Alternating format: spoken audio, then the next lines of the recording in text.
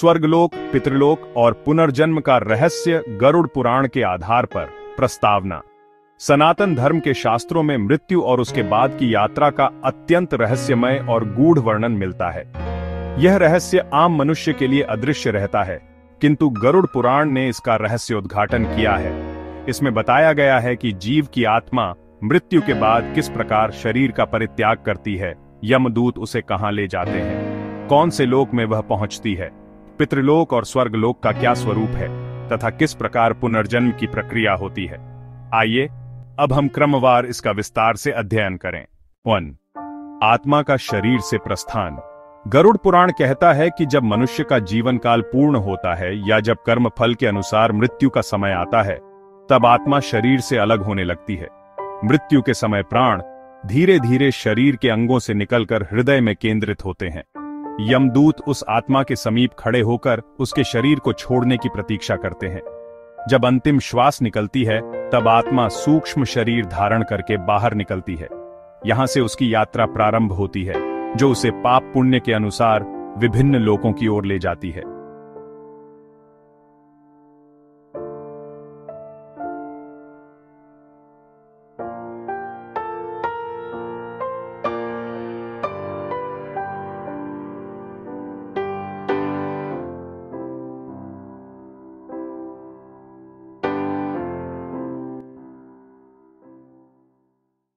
To, यमलोक का मार्ग। गरुड़ पुराण में बताया गया है कि मृत्यु के बाद आत्मा को यमदूत पकड़कर दक्षिण दिशा की ओर ले जाते हैं। यह मार्ग अत्यंत भयानक और कठिन होता है। आत्मा को 48,000 योजन लंबी यात्रा करनी पड़ती है। इस यात्रा में भीषण गर्मी, प्यास, नदियां, पहाड़, कांटे और भयानक जीव मिलते हैं। पापी आत्माओं के लिए यह मार्ग और भी कठिन होता है। पुण्यात्मा को देवदूत मार्गदर्शन करते हैं और वह आसानी से अपने गंतव्य तक पहुंचता है।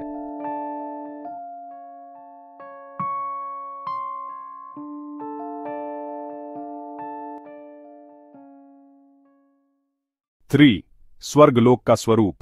स्वर्गलोक को देवताओं का निवास स्थान कहा गया है। यहां इंद्र का दरबार है और देवगण, अप्सराएं, गंधर्व, किन्नर आदि रहते हैं। गरुड़ पुराण तथा अन्य पुराणों के अनुसार स्वर्गलोक 7 ऊर्ध्व लोकों में से एक है। यहां दुख, रोग, वृद्धावस्था और मृत्यु नहीं होती। दिव्य सुख, सुगंधित पुष्प, स्वर्णिम भवन, सुरा सुंदरियां और अपार ऐश्वर्य मिलता है। पुण्यात्मा अपने शुभ कर्मों के अनुसार स्वर्ग का भोग करते हैं, परंतु स्वर्ग भी शाश्वत नहीं है। जब पुण्य समाप्त हो जाता है, तब आत्मा को पुनः मृत्यु लोक यानी पृथ्वी पर आना पड़ता है।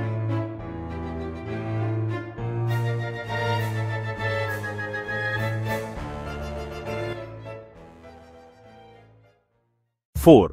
पितृलोक का रहस्य। पितृलोक स्वर्गलोक और मृत्युलोक के बीच स्थित एक विशेष लोक है। इसे पितरों का निवास स्थान कहा गया है। जिन पूर्वजों को श्राद्ध और पिंडदान प्राप्त होता है, वे पितृलोक में सुखपूर्वक रहते हैं। पितृलोक का अधिपति यमराज हैं, किंतु वहां आत्माएं दंडित नहीं होती, बल्कि विश्राम करती हैं। जो वंशज श्राद्ध, तर्पण और पिंडदान नहीं करते, उनके पितर पितृलोक में दुख भोगते हैं। गरुड़ पुराण कहता है कि पितरों का तृप्त होना ही वंशजों की उन्नति का कारण है। इसीलिए श्राद्ध और पितृतर्पण को अत्यंत महत्वपूर्ण माना गया है।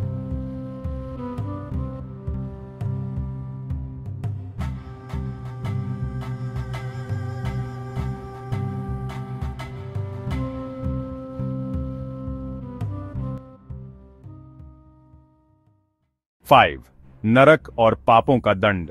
गरुड़ पुराण के अनुसार जिन्होंने जीवन में पाप किए हैं, जैसे हिंसा, चोरी, व्यभिचार, धोखा, मद्यपान, गुरुद्रोह आदि, उन्हें नरकों में भेजा जाता है।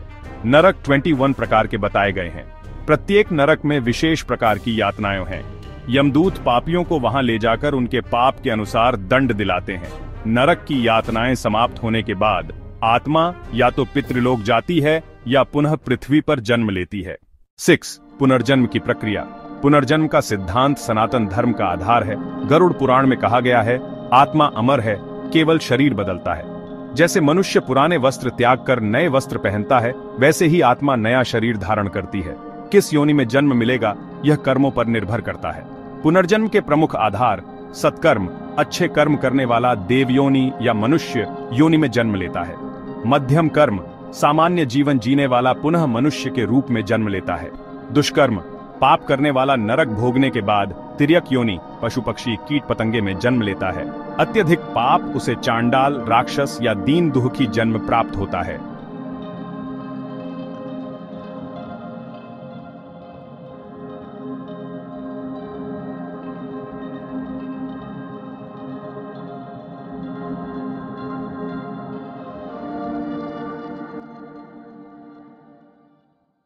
सेवन, आत्मा की मोक्ष यात्रा। गरुड़ पुराण केवल स्वर्ग या पुनर्जन्म का ही नहीं बल्कि मोक्ष का भी मार्ग बताता है। जो व्यक्ति जीवन में भगवान विष्णु का स्मरण करता है, धर्म का पालन करता है, सत्य और अहिंसा का आचरण करता है, वह पुनर्जन्म के चक्र से मुक्त हो सकता है। मृत्यु के समय श्रीहरि का नाम लेने वाला जीव सीधे वैकुंठ लोक को जाता है, जहां से फिर वापस जन्म मृत्यु के चक्र में नहीं आना पड़ता। 8, आधुनिक दृष्टिकोण। आज विज्ञान भी यह स्वीकार करता है कि ऊर्जा नष्ट नहीं होती, केवल रूप बदलती है। आत्मा को चेतन ऊर्जा माना जाए तो उसका पुनर्जन्म और स्थानांतरण भी इसी सिद्धांत के अनुरूप है। कई देशों में पुनर्जन्म की घटनाओं पर शोध हुआ है। भारत में भी अनेक बच्चे अपने पिछले जन्म की बातें याद करते हैं। यह सब गरुड़ पुराण की शिक्षाओं को और भी पुष्ट करता है।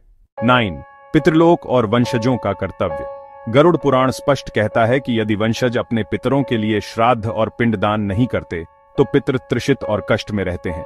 श्राद्ध अमावस्या, पितृपक्ष और तर्पण के रूप में किया जाता है। जल अर्पण, तर्पण से पितर संतुष्ट होते हैं। पितरों की तृप्ति से वंश में सुख, शांति और समृद्धि आती है। 10, निष्कर्ष। गरुड़ पुराण का संदेश है कि जीवन क्षणभंगुर है किंतु आत्मा अमर है। स्वर्गलोक आनंद का प्रतीक है परंतु अस्थायी है। पितृलोक पूर्वजों के विश्राम का स्थान है, जहां उनकी स्थिति वंशजों के कर्म पर निर्भर करती है। पुनर्जन्म कर्मों के आधार पर होता है और यही जीवन मृत्यु का शाश्वत चक्र है। मोक्ष केवल परमात्मा की शरण और सत्कर्मों से संभव है।